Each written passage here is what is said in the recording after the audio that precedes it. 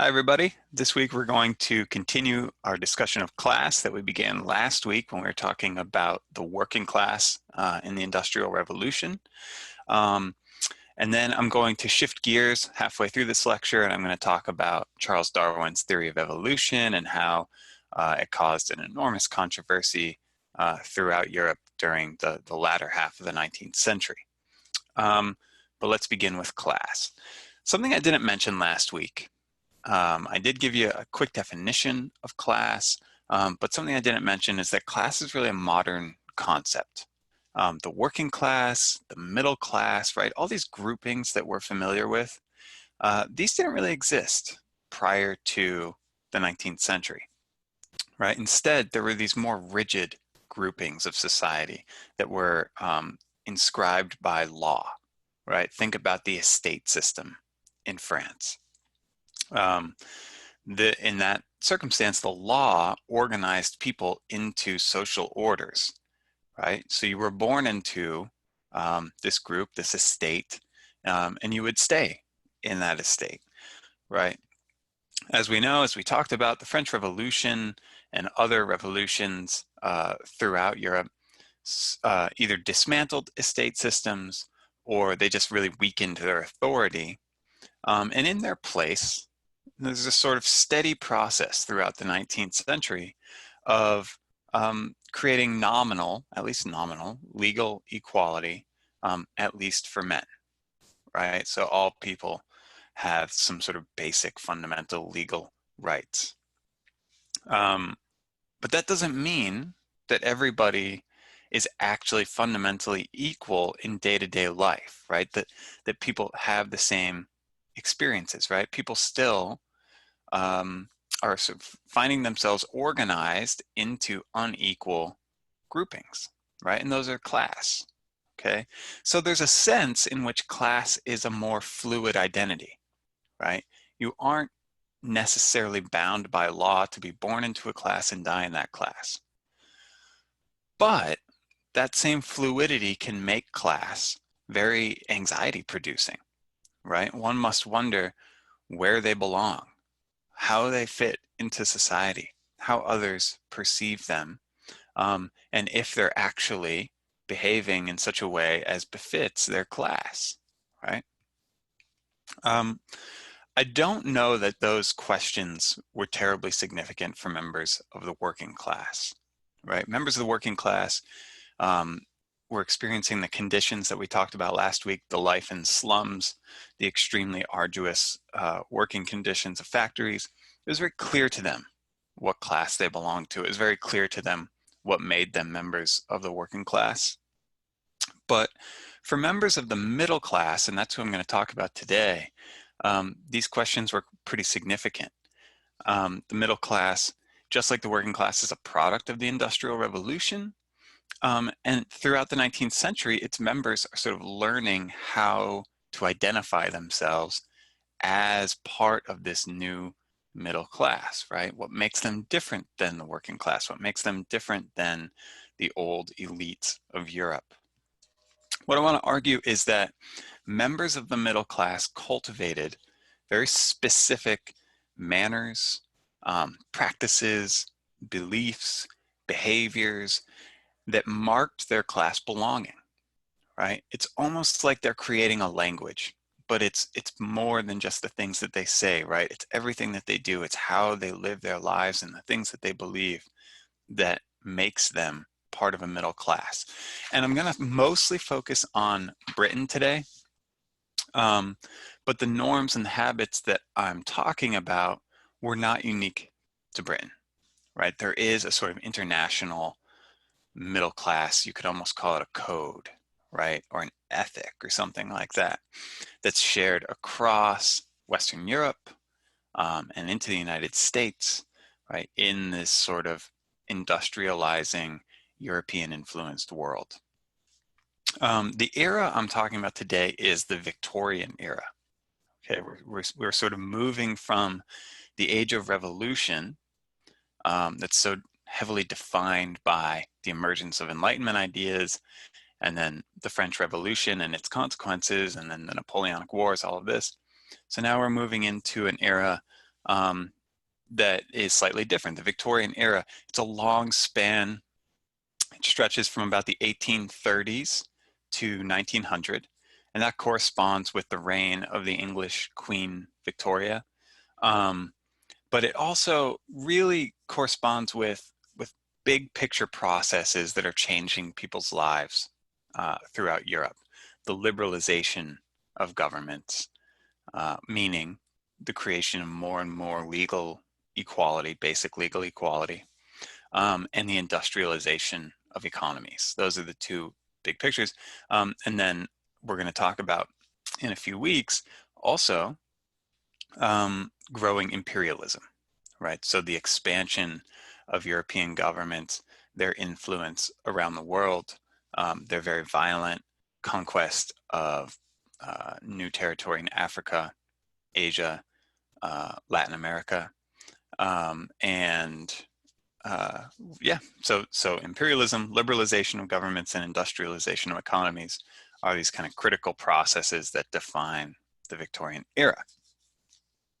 So let's move back to the middle class. There's a very basic point about the middle class that can help us understand their role in this period, which is that throughout the Victorian era, they're growing rapidly.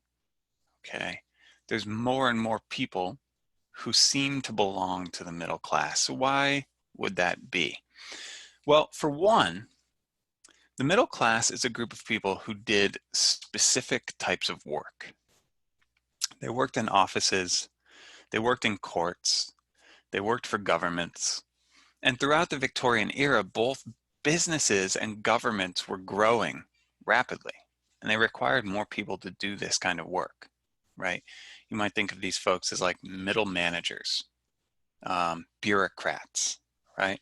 In Britain alone, the number of salaried government employees increased from 100,000 to 400,000 throughout the 19th century. As we know, this whole process corresponded with bigger corporations, bigger banks, large commercial concerns, things like big department stores. And all of these new institutions, or these growing institutions, they required not only office workers and managers, but lawyers, right? The society around them required doctors, engineers, and various types of sort of overseers in factories, right? Foremen, people like this, folks who make sure that the work remains efficient. So as Europeans fill these jobs, more and more of them can afford what we might think of as a middle class life, which raises a question. What is a middle class life? What are the markings of a middle class life? Well, one thing is distinct values, right? And here we have perhaps some middle class labor, right, at a large business concern, right? This is very different than the very physical, dirty work that I described last week in factories. Here we have, these are long hours, but these are folks sitting at desks, right? Which is the middle class site of work, the desk.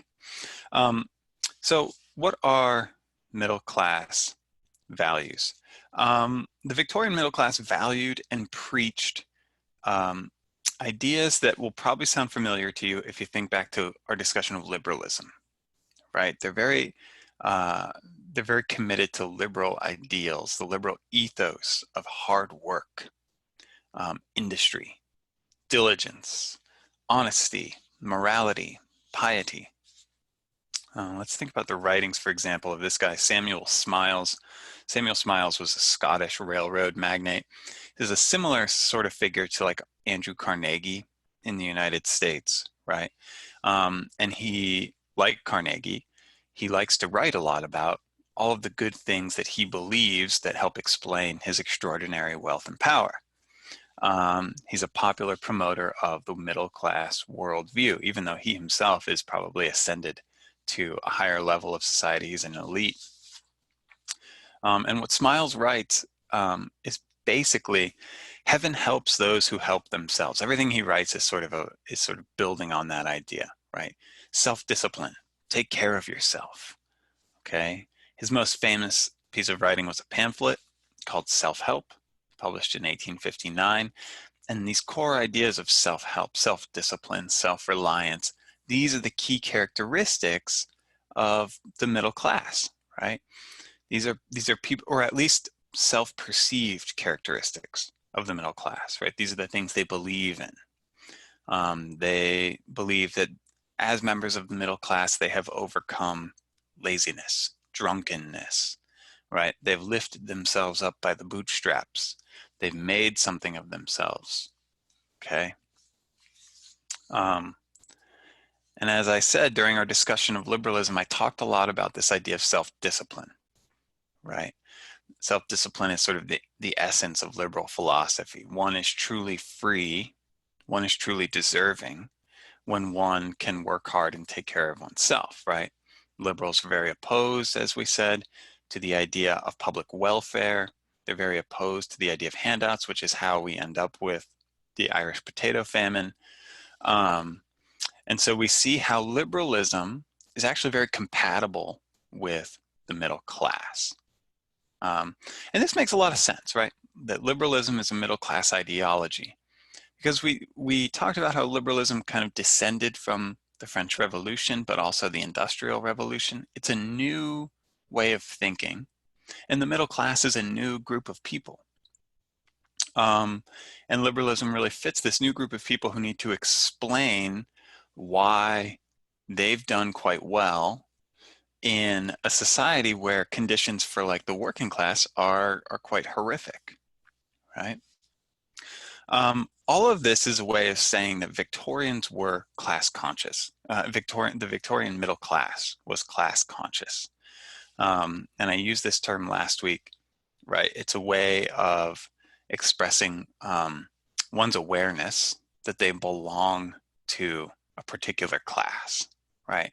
They know where they stand in the society. That's class consciousness. And the Victorian middle class was very class conscious. They thought a lot about their class identity. They thought about how they could secure their class identity, how they could project their class identity, how they might distinguish themselves from others, right? There might be people in the lower middle class who see those in the working class and they're like, am I actually one of them? Do I actually belong to the middle class? How can I know? And so they're thinking of ways to distance themselves from working people, okay? They're thinking of ways to perform, in other words, their middle class belonging, okay? No word, I would say, sums up middle class identity more than respectability, okay? Respectability, perhaps you've heard this term before, perhaps not, but respectability is properness, propriety, a sense that one's behavior is appropriate, it's suited to their social status. In short, respectability is how you perform your belonging to your class, okay?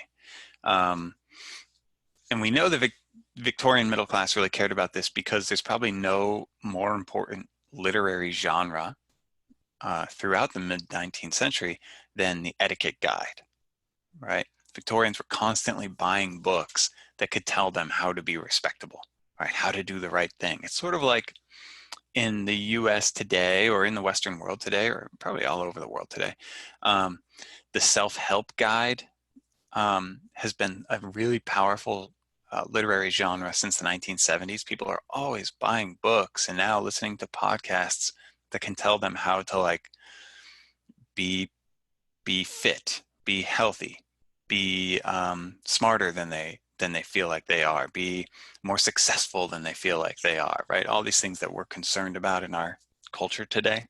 Well, the etiquette guide is that version of that in the 19th century, right? British Etiquette Guide from 1836. It's not this one. This one has just a fantastic title, How to Behave. So I had to use the image. But consider a British Etiquette Guide from 1836 that lays out the ground rules for Victorian housewives who are going into cities and visiting shopping centers, right? This could be an awkward situation because the shop clerks, right? The women who actually sell you the goods in the stores, they're not members of the middle class. They're members of the working class. And it's very awkward for a middle class person to encounter a working class person, right? What am I supposed to do in this situation? I know how to be around people of my own class, but what should I do if someone's from the working class? My God. And what the book advised is that middle class women treat shop clerks politely, but never as equals. This is crucial, never as equals. Here's what the book says. People are respectable in their own sphere only. And when they attempt to step out of their class sphere, they cease to be respectable. Okay? You cannot maintain your respectability if you go around seeming a bit too familiar with the working class. So always keep them at a distance. Be cool to them, but be polite to them. And that's how you'll maintain your respectability, your dignity, right? Respectability was about knowing your part and acting it as appropriately and gracefully, naturally as possible, right? And it's for this reason, manners play a really prominent role in middle class life. It's through your attention to manners that you can reinforce your place literally at the table, right? Reinforce your place in the society. Everyone will know that you're middle class because you know how to hold yourself in public, whether that is at a dinner table or it's at some sort of gathering or it's just walking down the street. Another way that the middle class performed belonging was through consumption, right? The goods that they purchased, the goods that they consumed. To be a member of the middle class in the Victorian era meant, among other things, that you were a consumer of industrial goods, okay? You consumed refined clothing, fine furniture, fine goods, right? Fine food. These were essential for middle class consciousness, right? And we call this conspicuous consumption, right? One who consumes in such a way that others will notice is a conspicuous consumer, right? The things that you buy, you do so because you want other people to be aware of you. You want to signal to them that you believe in something, that you value something, that you are something, right? I have a feeling that for many of you, certainly I feel this way, this might seem so common, so obvious, that it's almost like not a concept, right? This conspicuous consumption is so dominant in our culture in the 21st century that it almost appears as not even a thing anymore. In the 19th century, it's a new thing, right? Marking yourself as different based on the things that you buy is only possible in an industrial world that produces many, many, many new things all the time, right? And for certain sectors of society, like the working class, it's not possible. They don't have the expendable income to do this. So this is really a middle class performance. It today has become just so widespread that it's hard to identify, but it's new and it's interesting and it stands out in the 19th century. What are some of the things that the middle class liked to consume? They had modern kitchens with coal burning stoves. They had unnecessary and therefore desirable decorations like artificial flowers. As you can see from this room, the Victorians were not minimalists, right? They part of their consumption was that they just had tons of stuff. They would fill their homes with things. They had instruments like pianos, right? You can see a piano here in the back of this room. Pianos were by no means a new technology in the 19th century, but the costs of producing them due to industrial production was decreasing significantly. And now a respectable middle-class family could afford a piano for their parlor. And they could also show their class belonging by having their children learn to play it, right? So this is a typical sort of middle class scene. A child comes into the parlor, there are guests at the house, and the child will play a few songs This not only shows that the family has the money to purchase the piano and to afford the lessons, but also that the child is making adequate progress in their own middle class belonging, that the child is showing that they too are now a member of the middle class. All of these goods are products of the Industrial Revolution, right? The Industrial Revolution, in other words, is not simply satisfying consumer goods, right? Sometimes industrial apologists, I guess, for industrial capitalism would say, we're just filling needs, right? Human society had all these needs, and now we found ways to fill them cheaply, right? People needed cheaper, warmer, more comfortable clothing, and we found ways to produce it. But that's not the only thing that the Industrial Revolution does, right? The Industrial Revolution also creates needs, right? It makes possible a yearning for things that had never existed, that people didn't know they missed, right? And that people frankly didn't miss. Think here, look at this room, right? It's very hard to say that someone needs all the stuff that's in this room, but the Industrial Revolution makes possible the desire for these things that wouldn't have existed in an earlier generation. Okay. One thing I want to point out is if you think back actually to all the goods I just pointed out, all of the decorations in this room and the piano. Here we have the artificial flower, and again this very nice, I think nice, maybe not that nice, sofa, and this kitchen, right? What do all these things have in common? They're all made for the home. Okay, let's come back here. These goods remind us that the middle class really emphasized the home as this really important site of class identity formation and performance. It was in the home that you could really project to the world that you were a proper member of the middle class, that you were a respectable member of the middle class. And the home was significant not only for consumer goods, but it was also the place where the middle class could very carefully define gender roles, right? There are respectable roles for men, respectable roles for women, and it's at home that this becomes very clear. For men, home symbolized a haven from the outside world of commerce, right? So every day men would go out into the competitive world of the business concern or the government agency or the factory, whatever it is, and they would do the hard work of earning the family's money, but then they would retreat back into the home, right? It was a place of rest.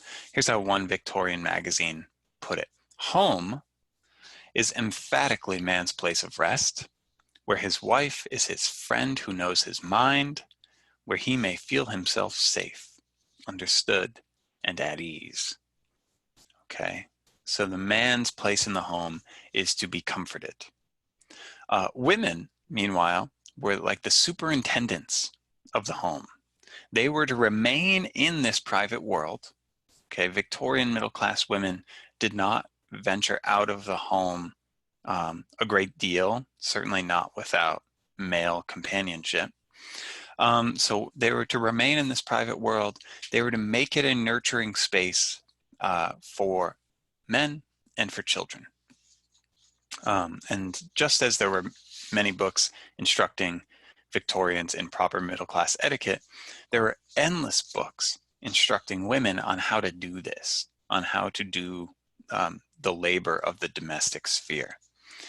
The most famous of these books was an 1861 volume by Isabella Beeton. Here's a picture of Isabella Beeton, entitled Mrs. Beeton's Book of Household Management. Right, Mrs. Beeton told readers, the functions of the mistress of the house resemble those of the general of the army or the manager of a great business concern. Right, the entire family's well-being depended on the housewife. I think this is actually a really important point that Mrs. Beeton was making, and she's saying more than just take your job seriously.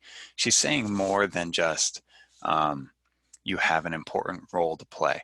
I think what she's really saying here when she says that the housewife is like the general of the army or the manager of the great business concern is she's making, I think, a broader argument about the position of the home within industrial civilization generally, right? That the entire civilization, to some extent, rests upon a wife's ability to successfully carry out her domestic duties, right? And then you scale that up across the entire middle class, and what you have is the proper functioning of the society, right? So as we see here, we've got all of these interesting treats, right? We have like almond puddings and tartlets and mince pies. Creating these things is a serious matter to Mrs. Beaton and to millions of other middle class women and men for that matter, right? To make an open apple tart is to perform the proper role of wife, but it's also to secure a comfortable home, which means that men are taken care of, which means that when they go back out into the business world, they will be their absolute best and the civilization will continue to advance. I think the stakes, in other words, are really high for Mrs. Beaton in the middle class. And it's easy for us to look at this and see it as quite sort of absurd, right? It certainly doesn't align with the way I think many of us think about gender roles today and the place of women in society. But I think it is important to recognize that Mrs. Beaton is placing women really at the center of the society. But she's also giving them an extremely limited and specific role that they really can't challenge. And if they do challenge it, they could lose their place. They could lose their footing in the middle class. They could lose their respectability. Okay. So this is the Victorian middle class ideal, right? The husband is a provider. The children embody the values of hard work and intelligence and improvement. And the wife and the mother is pious, and pure, submissive, and most importantly, completely domestic, right? So the way historians talk about this is they say that men and women existed in separate spheres. Okay, the ideal of the Victorian middle class is that men and women exist in separate spheres. Okay, Victorians believed that men and women had different natures, different temperaments, and thus different abilities and roles to play. In the ideal, men were intelligent, crafty, rugged, competitive, and women were physically fragile, patient, open-minded, and nurturing, right? Again, I should emphasize that these are the peculiar, sort of particular ideals of the middle class, right? As I noted last week, among working class women, these ideals didn't necessarily apply, right? Working class women would do 16 hours in a factory, essentially nonstop, and then they would come home and continue to shoulder domestic responsibilities. That's something I think we see that they have in common. The middle and working class is that the expectation is that all domestic labor will fall to women. So this is an enormous amount of the society's work really is exclusively female. So that's something that they share. The difference, though, is that working class women also have to leave the home. They have to go out into the world, and they have to actually earn wages to support the family.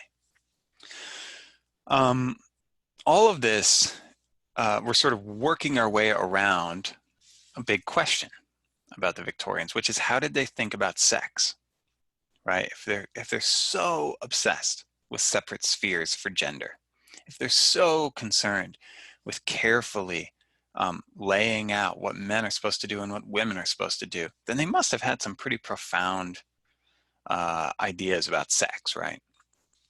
Well, we know there's a bunch of cliches. Okay, we know there's a lot of cliches about Victorians were so proper, so concerned about anything that might be improper that they tried to hide any talk of sex at all, right? It was completely unmentionable, right? Um, and you could find evidence that that was true, surely, right? Any cliche or any stereotype might have some grounding, might have some evidence that might support it, right? But usually in these cases, there's also a lot of evidence against the stereotype.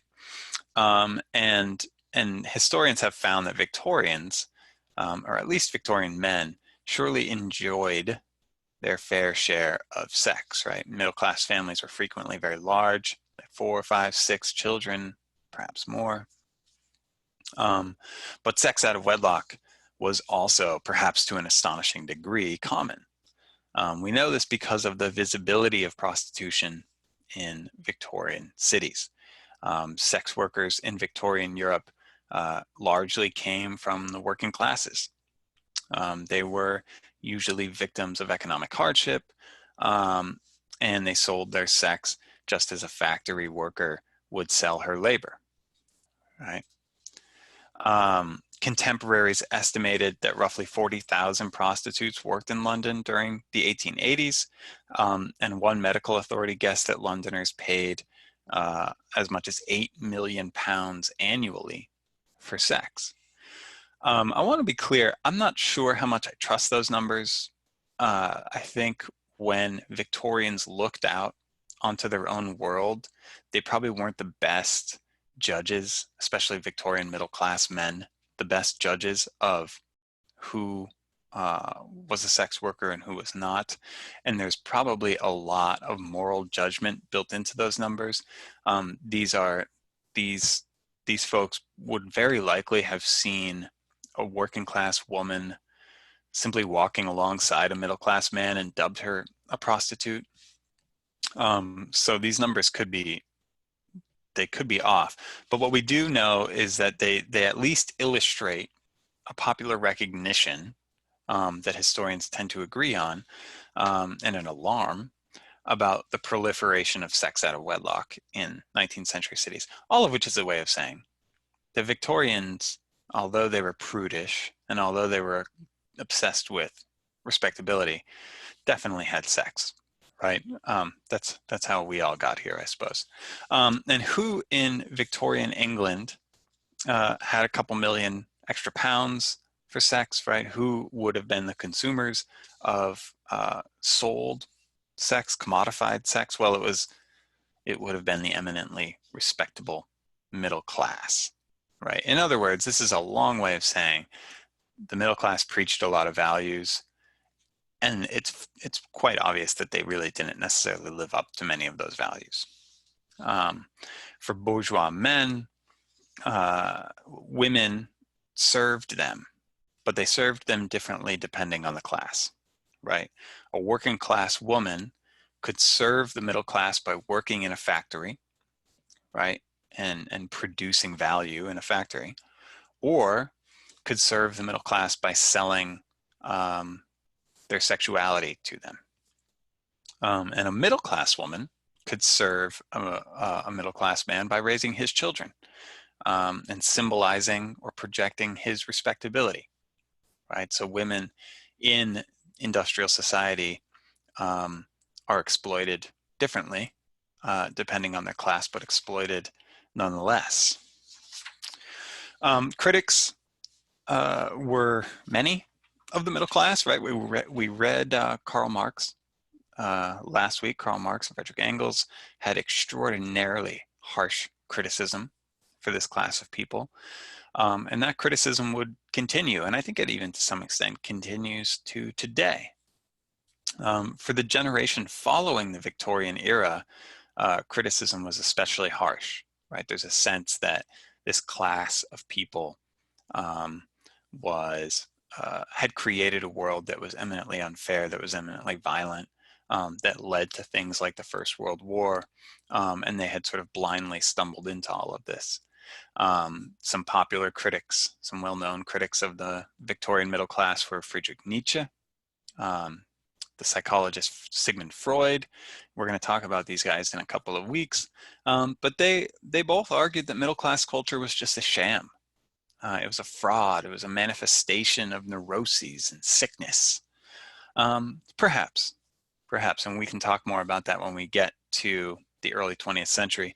I think what seems absolute, however, what I want you to take away from this is that the Victorian middle class was deeply concerned with displaying, with performing, and with protecting its class identity.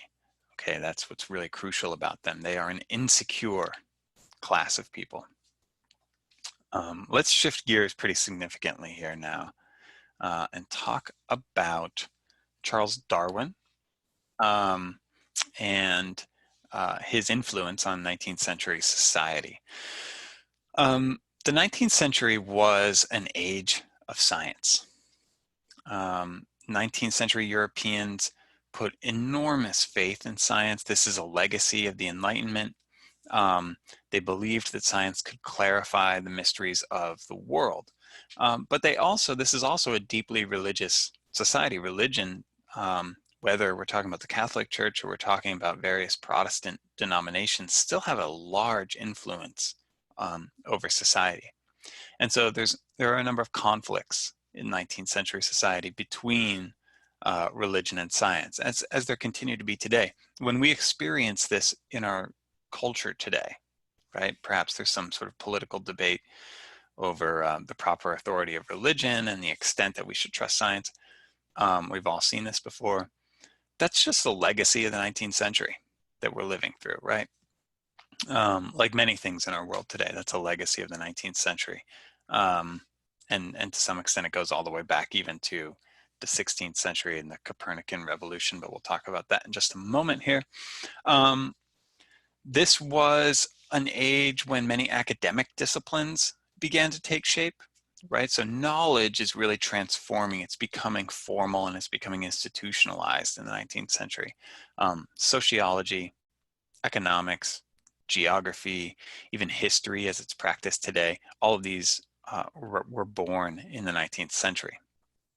And as part of that birth, they become professional, right? There are professional disciplines, there are professional associations.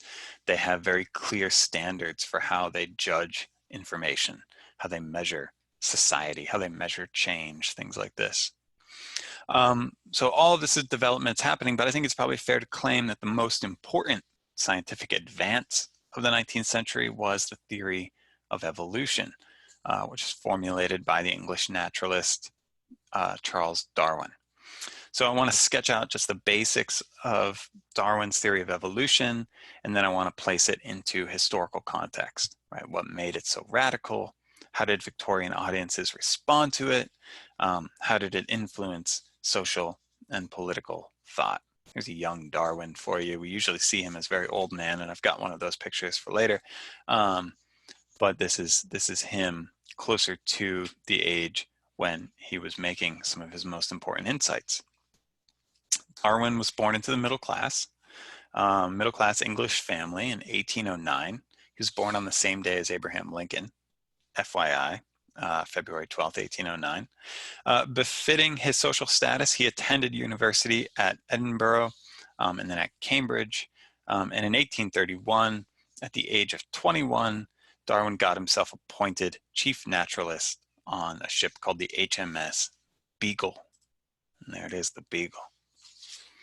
The Beagle was a research vessel headed to survey the shores of South America and the Pacific Islands. And for 5 years, Darwin circumnavigated the globe and collected numerous specimens of plant and animal life. You can find this map online, or you can pause the video and just take a closer look. It's pretty astonishing to see the extent of Darwin's voyage. But as you can see, he ended up traveling the entire world. He left in December of 1831, as you can see, from Plymouth, returns to Falmouth 5 years later, October 1836. And it seems like one thing that stood out to me is that the first half of the trip is sort of moving slowly through South America and into the Pacific Islands, right? He gets to the Galapagos where he's doing his most important work in the fall of 35, and he returns only a year later. So they kind of rush home from the Galapagos. They end up circumnavigating the globe, and moving around the Horn of Africa, and then all the way back to England. Anyway, so on the Galapagos Islands, right over here, as you can see, these are about 600 miles off the coast of Ecuador. Darwin identified no fewer than 13 unique species of finches. And back in England, he really struggled with this finding and other findings, right? It didn't make sense to him that there'd be these 13 different species of finches. That didn't match the narrative of the creation of life that he had inherited from the book of Genesis, right? The book of Genesis held that God had created a finite number of distinct species instantaneously, right? But Darwin's looking at this and he's saying, but there's so many. How is it possible that these were all created instantaneously? And he begins to theorize that finches had developed subtle variations in their beaks over time, and that the variations depended on the foods that they ate and the habitats that they lived in, right? And finches were just representative in this case, that all creatures perhaps had done something like this. And Darwin used empirical evidence to suggest that the wide variety of species he observed on the beagle was due to a process that had taken thousands and thousands of years and was taking place still. And he called this process, as you know, evolution. So Darwin had been steeped in the writings of his time. We tend to think of Darwin as this figure who exists outside of history because his influence is still so significant. But these insights, he's able to come to these insights in part because of the stuff he's reading at the time. Part of what he was reading was Thomas Malthus and others. I mentioned Malthus when I was discussing liberalism. These are liberal thinkers who claimed that populations rose faster than food supplies, which meant that human population would inevitably collapse, right? And this is how liberals explain not supporting the hungry during the Irish potato famine, for example, right? There's real social implications for this. But Darwin reads this and he applies some of this thinking to the natural world that he's observed. And he comes to the conclusion that natural life is not necessarily harmonious. Instead, it's a struggle for existence, right? All life forms competed over limited resources, which meant that those who have a certain advantage have better odds for survival. And because they'll survive, they have better odds for procreation. A sharper beak, a swifter brain, an ability to swim or run faster. These things give individuals an edge in the competition for food and in the competition against natural predators. And over many generations, these organisms perpetuate their accidental traits until they become widespread, until they become the species, right? So Darwin established these ideas in The Origin of Species, published in 1859. You'll notice that's a very long time after he returned from the Beagle, more than 20 years, in fact. He had hesitated to publish because he recognized that his theory contradicted the book of Genesis, and that could open him up to legal prosecution for blasphemy, which was then still a significant crime in Britain. He finally chose to publish because he learned another scientist, one of his competitors, was preparing to publish his own theory of evolution or his own theory of natural selection. So he decides to risk it all and put his work out there. The Origin of Species was read across Europe, from Paris to St. Petersburg. Everyone had an opinion on it. It was, I guess you could say, all the rage, that and Mrs. Beeton's Book of Household Management, right? Karl Marx thought it was a work of genius. Marx read this and he said, yes, this guy has identified the class struggle in nature as well, right? Marx extends his own thinking into the natural world because of this book. Others, particularly among the religious establishment, criticized the book as blasphemous.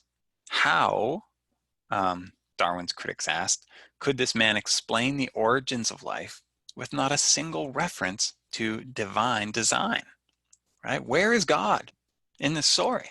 If God is not part of the story of creation, then what does that mean, right? As one British cleric complained, if this hypothesis be true, then the Bible is an unbearable fiction. Then have Christians for nearly 2,000 years been duped by a monstrous lie. Mr. Darwin requires us to disbelieve the authoritative word of the Creator. 11,000 English clergymen signed the so-called Oxford Declaration in 1864 in response to Darwin's work, which asserted that the Bible was undeniably gospel truth, right? Literally gospel truth. These critics believed that if Darwin was correct, the whole edifice of religious tradition would collapse. Darwin exacerbated the controversy in 1871 when he published his second major work, The Descent of Man, which argued that human beings and not animals were subject to the laws of evolution. Once again, Darwin incites vigorous criticism, this, especially from conservatives, right, who are concerned with these challenging church authority. And The Descent of Man also attracts a lot of attention from the popular press, who kind of reduced Darwin's theories to absurdity, to the idea that man had simply descended from the apes, which is not Darwin's argument per se, right? And so we end up with a lot of images like this in the 1870s, right? Cartoons that kind of reveal a nervous Victorian laughter. Can you imagine the middle class, as respectable as they are, suddenly coming to terms with the idea that they're simply animals, which is what Darwin is suggesting, that they're animals who have evolved over time from some other creature, from some other species. This is an anxious concern that they're expressing, that not only had Darwin overturned conventional thinking, but perhaps he threatened to overturn society itself.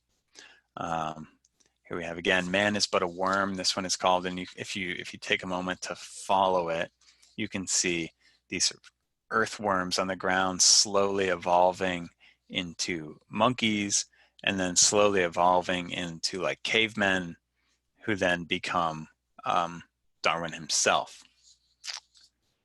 Here we have Darwin as a monkey hanging from a tree. These cartoons, in addition to sort of lampooning Darwin's ideas, they also express an urge to apply Darwin's thinking to human society. Many critics and opportunists actually use Darwin's theories to justify inequality and exploitation in the industrial and imperial era, right? Picking up on the idea of the survival of the fittest, these thinkers applied the concept to ideas such as class and race and nation. And these thinkers were known as social Darwinists. Okay, social Darwinists argue that natural selection justified the superiority of certain races, or the alleged superiority of certain races and nations, and the apparent inferiority of others. In this way, social Darwinism promoted imperial conquest, racism, exclusionary nationalism, and the exploitation of the working classes. Social Darwinists insisted that nations and races, like species, were locked in a deadly struggle for survival, and that only the fittest would survive. The British mathematician Karl Pearson was a prominent social Darwinist who captured these ideas in his 1900 book, National Life from the Standpoint of Science. Here's what he wrote. The path of progress is strewn with the wrecks of nations. Traces are everywhere to be seen of the sacrifice of inferior races, and of victims who found not the narrow way to perfection. Yet these dead peoples are the stepping stones on which mankind has risen to the higher and deeper emotional life of today. Stepping stones, right? That mankind has evolved to his sort of respectable position there at the end of the 19th century, by stepping upon the inferior people of the past. Something else to think about there is he's not just talking about the past, right? He's also charting a path for the future, right? He's saying here an ideal future policy, whether we're talking about of industrial management or we're talking about global conquest, should continue this process, right? Continue using inferior people as stepping stones. What we see in Pearson's writing is not only Darwin's influence, but we also see a romantic faith, I think, if we think back to Romanticism, in national identity and destiny. We talked about how romantics and nationalists have this idea that the nation is bound for a specific, peculiar destiny. And critically, I think we also see a sort of Enlightenment faith in progress. In short, social Darwinism is very much a product of the unique intellectual trends up until the middle of the 19th century. But it's also inverting them, right? Because the Enlightenment philosophers, and we talked a lot about this, they promoted ideals of human equality. They promoted ideals of innate capabilities of all humans. And the social Darwinists establish graded categories of race, right? Humanity for them is fundamentally unequal, right? So it's sort of taking some approach to the Enlightenment, but then using it to explain the grossly violent and unequal world of the late 19th century. And not even explain it, but justify it. The power of social Darwinism was its emphasis on nature, right? The domination of lesser races was merely an outcome of nature, right? It's not a product of human agency or choice. It's no one's choice to move into Africa and completely exploit the land and destroy native people or indigenous people. It's merely nature playing its course, right? Indigenous people, agrarian people, whether in the Americas, whether in Asia, Africa, or even in Eastern Europe, were bound to be crushed by Western European civilization. But it wasn't the fault of the Europeans that this was going to happen. It was simply a fact of nature.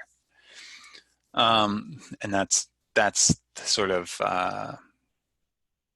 that's the way social Darwinism works. So let's wrap up with a few thoughts on the consequences of Darwin's theories here.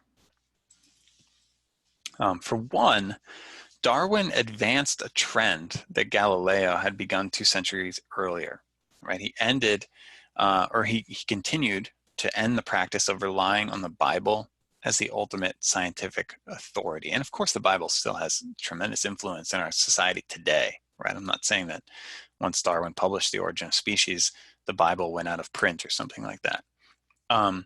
But the Bible as the supreme scientific authority, well, it's simply not that anymore, right? But it was for hundreds and hundreds and hundreds of years. And so these theories continue this process of finding other sources that explain the natural world. Second, Darwin contributed to the secularization of European culture, the diminishment of religion's influence over culture, and the rise of other sources of influence. Right? In the wake of his publications, Europeans continued this Enlightenment trend of looking beyond the gospel to explain human affairs. And for many in Europe, this was actually terrifying, right? If Copernicanism in the 16th and 17th century had deprived people of the comforting belief that the earth hung just for them at the center of God's universe, right? That the earth was at the center of everything. Darwinism in the 19th century deprived them of the privilege of being God's special creation, right? Darwinism is suggesting, you are just another one of these products of nature, right? And people experience that insight as a loss, as a calamity. And then finally, the last consequence is, of course, social Darwinism, right? Which preaches this very bloody vision of human affairs. In the theory of evolution, Social Darwinists find justification for territorial expansion, colonization, militarism, all of which are going to erupt into colonial wars that are horrendous and bloody, famines, and during the early 20th century, we're going to experience the First World War. And then social Darwinism will continue, and it will find, it will manifest in these 20th century ideologies of fascism and Nazism. So we're gonna get to all of that, but the ideas of social Darwinism are going to be important for us for much of the rest of the semester. Okay, that's all we've got for now.